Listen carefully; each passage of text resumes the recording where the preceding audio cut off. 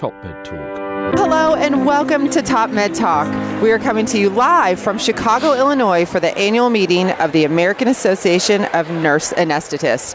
I'm Desiree, Chappell, your host, and I'm also here representing NorthStar Anesthesia as the Vice President of Clinical Quality. And we want to thank NorthStar for supporting TopMedTalk to be here at the meeting. We are here at the TopMedTalk booth, and they've been so gracious with their space to allow us to be here. So thank you very much to them. Now, normally I'm joined by my co-host, Monty Mythen and Saul Aronson, but they couldn't make it this trip. We really do miss you guys. But we have a very special guest co-hosting with me today. Randy Moore, who is the CAO, or the Chief Anesthetist Officer for NorthStar, is here as my co-pilot. Randy, thank you so much for joining me. Oh, thanks for having me. It's a pleasure. Yeah. Good morning. Well, Randy, it's funny because we've actually had you on the other side of the mic here on TopMedTalk. Back at the AANA in 2018, I think in Boston. You sat down as a guest. Yeah, I remember that well. It was a great conversation. Yeah, who knew? Yeah, who knew? 4 years later that you would be here. Life can be interesting. That's right. Well, Randy, for those on TopMedTalk listening today that may not know you, tell us just a little bit more about yourself. Oh, sure. My favorite topic, so let's dig right into it. Well, Randy, we only have about 20 minutes. Okay, so you want the abbreviated version. Yes. When I was a little boy. Yeah. No, okay, maybe a little, speed it up just a little bit. So I'm a CRNA, a nurse anesthetist by background. My leadership has been, or my career has been heavily oriented towards clinical leadership. So I've been a chief CRNA. I've been a hospital leader prior to getting onto the board of the AANA, and I was on the board for about 3 years, and then I became the chief executive officer and was in that role for 4 years, which was an amazing experience and really enjoyed it.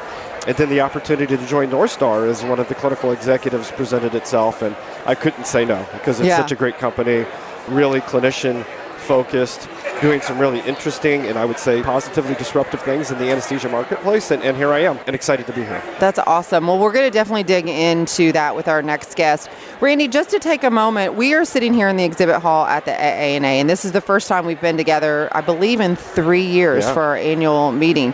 What's it like for you being here right now? That's a great question, and in the lead up to this, I wasn't exactly sure how my emotions were going to be, and it's been an absolutely phenomenal experience, to be back and see all the people and to interact with folks in this role is actually a lot more fun.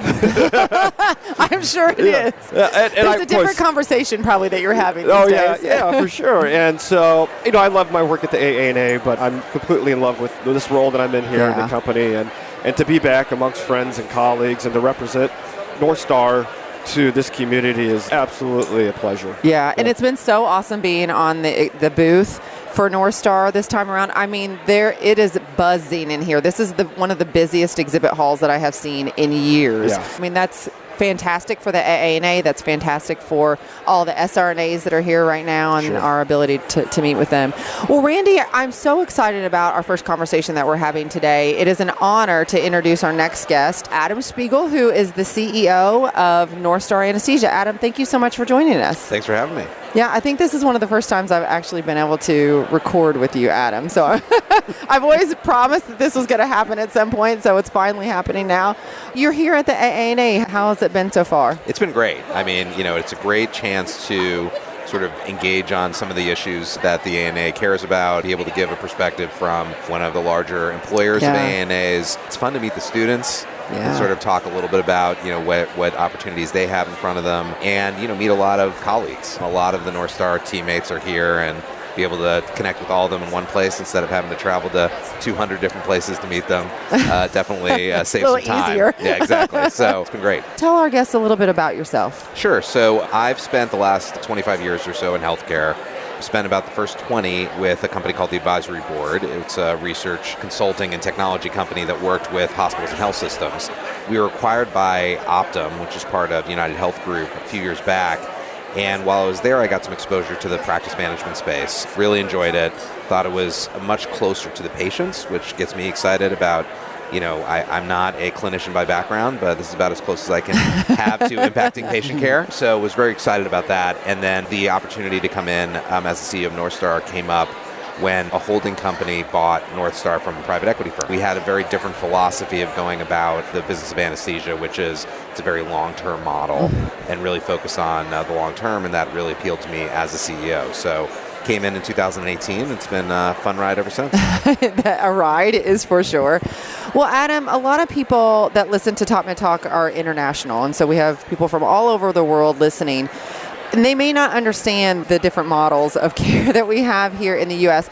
Just for them and for some of our listeners, can you break it down? Where does NorthStar fit in the picture of anesthesia care in the U.S.? Sure. So if you think about anesthesia care, unlike most other countries, anesthesia care is largely not managed directly by hospitals. So outside of academic medical centers, about 80% or more of hospitals actually outsource anesthesia.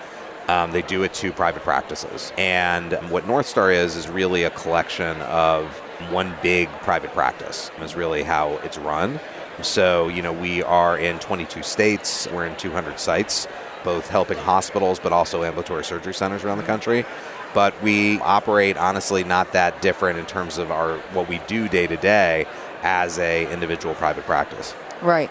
And CRNAs, anesthesiologists, we all work together. We have different models throughout our entire company, correct? Yeah, so we've got everything from CRNA-only sites, several of them supporting ASCs in hospitals, and we still have all physician sites in some areas and everything in between. Our sweet spot is a care team model. It's how we got our start at NorthStar. A physician and CRNA got together and started the company together in Texas. And, that's really been the core of what we've done ever since.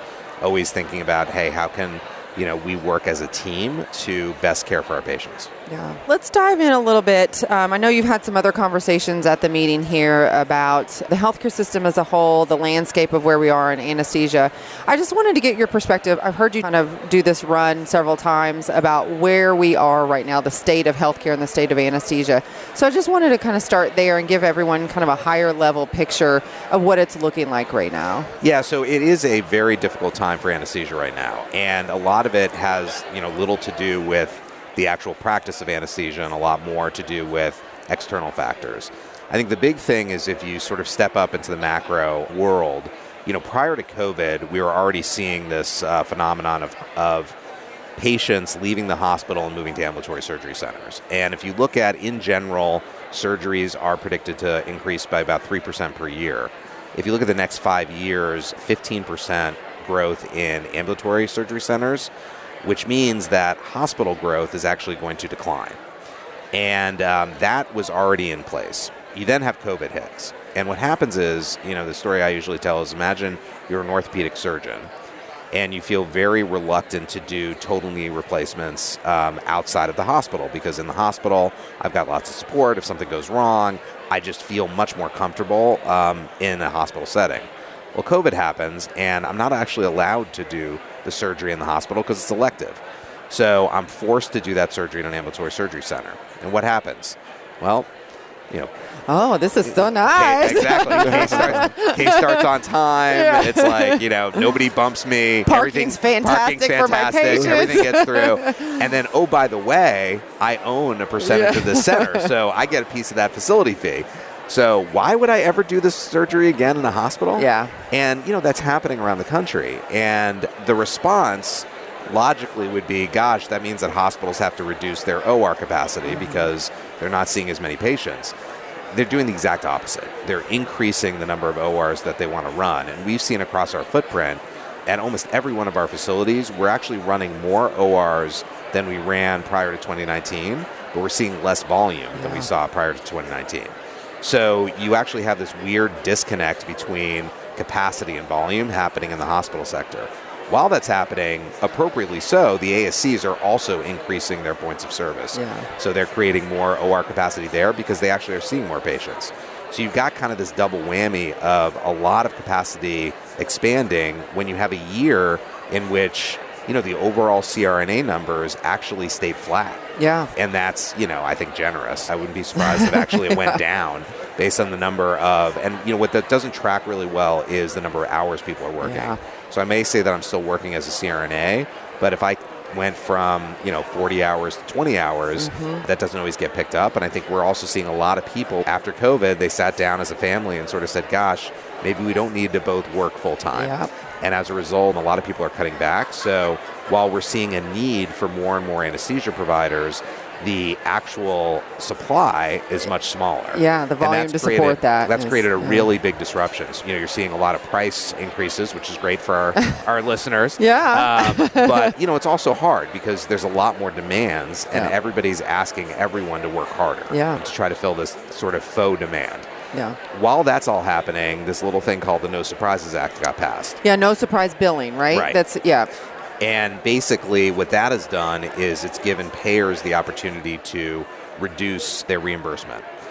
They've done that across the board. So you're suddenly faced with this weird market where you've got not enough supply, a ton of demand, and price going down. Yeah. And that is not sustainable over the long term, and it's creating a lot of disruption for sort of the business of anesthesia because you're in a world where you definitely need to be paying your teams higher, but you're getting paid less. Yeah. It's creating some very challenging conversations with hospital executives around the size of their stipends. Yeah. Randy, you've been shaking your head over here. I mean, all this, I'm sure, is something that you've been looking at for a while now, and especially as you transitioned in this new role. Some of your thoughts? Yeah, I mean, Adam did a great job of kind of painting the macro picture and how it's impacting the marketplace, the anesthesia marketplace, and the anesthesia providers. One of the things that it's important to double click on is when we think about this in the context of anesthesia clinicians, right? Groups and companies that are going to be successful have to work a lot harder than in the past, where there was maybe not a surplus, but certainly more of an equilibrium on the supply-demand. And so this is where, like at NorthStar, we have a very heavy orientation towards, like, what do we need to do at every facility to ensure that we have both, obviously, competitive compensation, even more important, like, what do we need to do to create very healthy culture at that facility? I think that's where we differentiate as a company.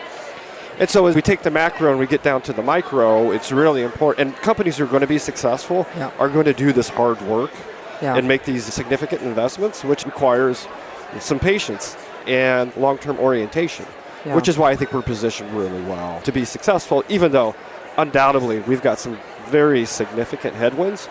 But I feel really confident in our ability to navigate through this stuff in the coming years.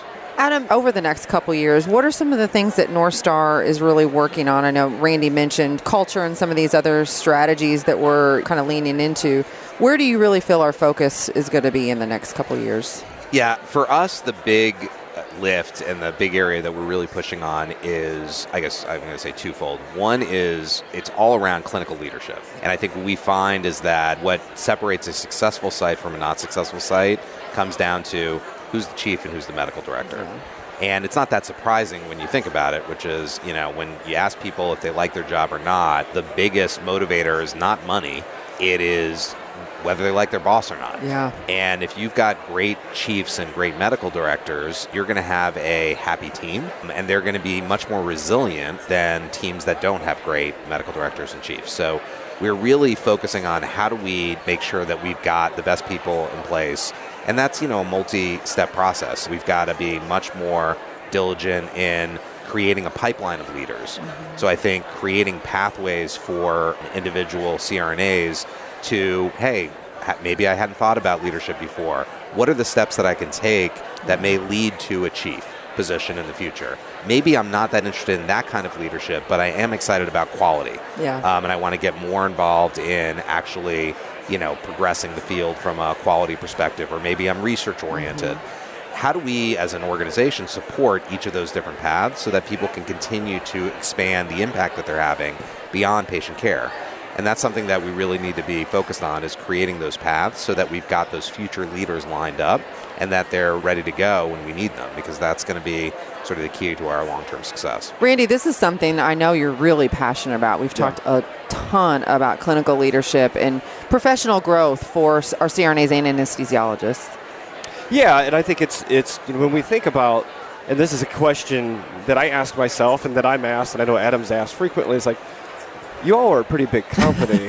How do you drive culture at 200 sites? And Adam, precisely nailed how we do it, which is, it's not a top-down, Adam going to 200 sites or Randy going to 200 sites. It's actually focusing on the clinical leadership, particularly at the site level, and to position them to be successful. And that requires making investments, right? So leadership development. But also on the other hand, the other end of this is like making sure that at every site we have a physician leader and a CRNA leader working together with aligned goals, which academically sounds like a no-brainer, but sometimes it's we're talking about human beings and getting everybody aligned. So, for me, my role is, I have a laser focus. I often say that I'm pretty much a talent scout, right? Yes. So inside the company, I'm always in viral scanning, looking for people who have an interest, who have competency, or interested in developing competency. And be quite frank with all of you, I've been circling around this exhibit floor, talking to individuals who are actually not at NorthStar. And say, hey, could you see a world in which you would join NorthStar? And for me, the orientation towards talent always pays off. Right, and it just takes some focus and some patience. Yeah, for sure. Adam, one of the questions I wanted to ask you today is, we've been focusing on CRNAs and what we're doing for CRNAs. One of the questions we're having to answer to our hospital partners are, what are you doing for me? I think part of that is making sure we have our staffing and models in place, but what are we doing for our hospital partners to really ensure that we're providing, best anesthesia care, we're fulfilling their needs? Yeah, I think right now it's a little bit of a different world, because I think what the hospitals want is they want people to staff their ORs. Yes. So the bar is relatively low, and what we're really working on is creating a sustainable environment. So at each of our sites, we've really taken a focus on, okay, if we want this to be sustainable roles for our CRNAs over the long term, how many do we need? What's the compensation model? How do we make sure that the work balance is fair and is doable? I think we've got a lot of people who have been stretching themselves for a very long time, and that isn't sustainable over the long term. You can do that for a little while, but that's not sustainable over time. So I think we're right now very much focused on how do we create sustainable jobs for our teammates. Now, I think the next step that we've got to do is figure out, how do we start providing value beyond our stipend? And I think that's where there's a lot of really interesting things that we can do from a quality of care perspective, whether it's ERAS protocols, getting patients out of the hospital faster, that helps them with length of stay. It's great for the patient, doing more blocks, reducing opioid distribution. I think there's a lot of things that we could be doing on the clinical side that are right for the patients. Financially, they help the hospital, and they benefit NorthStar, so that then we can sort of go to the hospital and say, hey, look, you have to pay a lot of money for your stipend, but here's how we're giving back, not only clinically, but economically to the organization. Yeah, absolutely. Randy, any final thoughts on that point? At the risk of belaboring Adam's point, let me belabor Adam's point for a second and say it's okay, Randy. I think today, and please hip check me if you disagree, Adam, to be successful in this market, it's really predicated exclusively on your ability to recruit and retain talent. 3 years from today, which is a arbitrary time frame I just made up, it's going to be more about what Adam's saying, which is, consistently delivering quality, being very sticky with your partner, your hospital partner, and client, so they can see, wow, okay, yes, this is a long-term partnership that someone could potentially come in here, knock on the door and say, would you like to work with us? But no, it's NorthStar, because we deliver quality, we deliver outcomes beyond just our stipend, and this is where I'll brag on you for a second, Desiree. Well, thank you. This is definitely in your wheelhouse. I know the work that you do with Dr. Lumley and other folks is really very important today. It's going to be even more important 3 years from today. And this is, not just about business retention. It's about consistently delivering outstanding patient care. And you're a big part of that, and we're really excited to have you on the team. I think it's so important that we're building a foundation for all of that now, to say, when we have weathered the storm of whatever this is right now, in whatever time frame, that we're to come out on the other side saying, this is the quality of care that we deliver. And it really is true. We say kind of a value plus service to our patients, our hospital partners, our clinicians that we work with every day. So thank you for that, Randy. I appreciate it. Well, Adam, just to kind of wrap it up today, where do you really feel the future of anesthesia is going kind of in the longer term? Because, a lot of people have a lot of different, ideas here. Hospitals are talking about insourcing and bringing anesthesia providers back into the hospital. Some are begging for all the help that they can have because there's no way they can handle it. There's a lot of mixed signals right now. Yeah, it's an interesting question. We just were on a call with a bunch of anesthesia CEOs talking about this. And, what's interesting is we've heard of hospitals talking about insourcing, and yet from a business development perspective, we've never seen a pipeline that has more people who are insourced that are trying to outsource right now. Yeah. And I think it's a little bit of everybody's just trying to figure out how to get What through is happening? What's going on. The long run, I think this is actually great for CRNAs and anesthesia providers more broadly, because when you have this world where demand outstrips supply, you start actually looking at, hey, how do we create a really cool job for people? Because we've got to figure out how to attract more people to the profession. And I think that is going to make it, as a CRNA, you're going to get paid more, you're going to have more opportunity, people are going to be more thoughtful about career paths, different ways that you can actually impact healthcare beyond just the great work that you do every day taking care of patients. So for me, that's where NorthStar is spending a ton of its time and effort, is how do we become a destination employer for CRNAs around the country, which is only going to be good for CRNAs, because I think it's going to create a much more robust, thoughtful, purposeful approach to that job. And I think it's a great profession, and I think you're going to have more and more people want to become CRNAs over time because of what we're going through now. Yeah. While it's certainly very challenging and will continue to be challenging when we don't have enough providers for the demand that we have, that'll fix itself. That's what economics are all about. And we come in on the other side of this, the profession's going to be much better because of it. Yeah, absolutely. Righting the ship and then being there. Randy, any final thoughts from you today?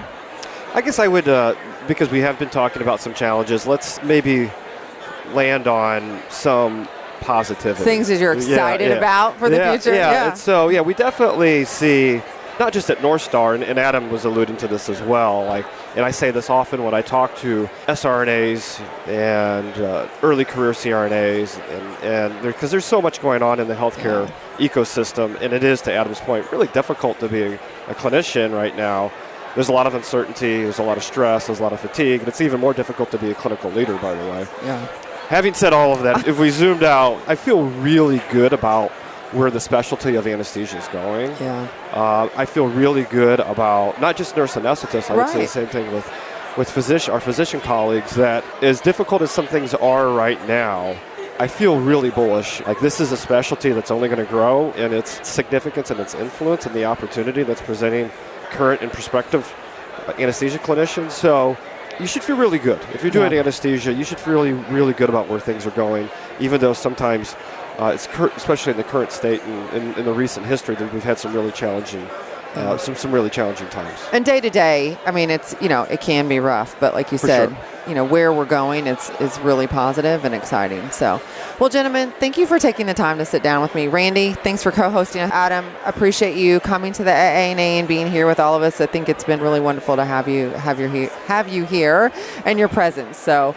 Appreciate that. And thanks for listening to TopMedTalk. You can always find us on your favorite social media platform, Twitter, LinkedIn, Facebook. We are there. If you liked what you heard today or any of our other podcasts, please be sure to share those. That always helps us out and helps spread the word about what we're talking about here on TopMedTalk. Thanks for listening, and we will catch you later. Cheers. Thanks for downloading TopMedTalk. Don't forget to subscribe via your podcatcher. Don't forget to check us out on social media. We're on Twitter, Facebook, LinkedIn, and YouTube. And also, don't forget, TopMedTalk is the broadcasting arm of EBPOM, Evidence-Based Perioperative Medicine. We'd love you to find out more about that.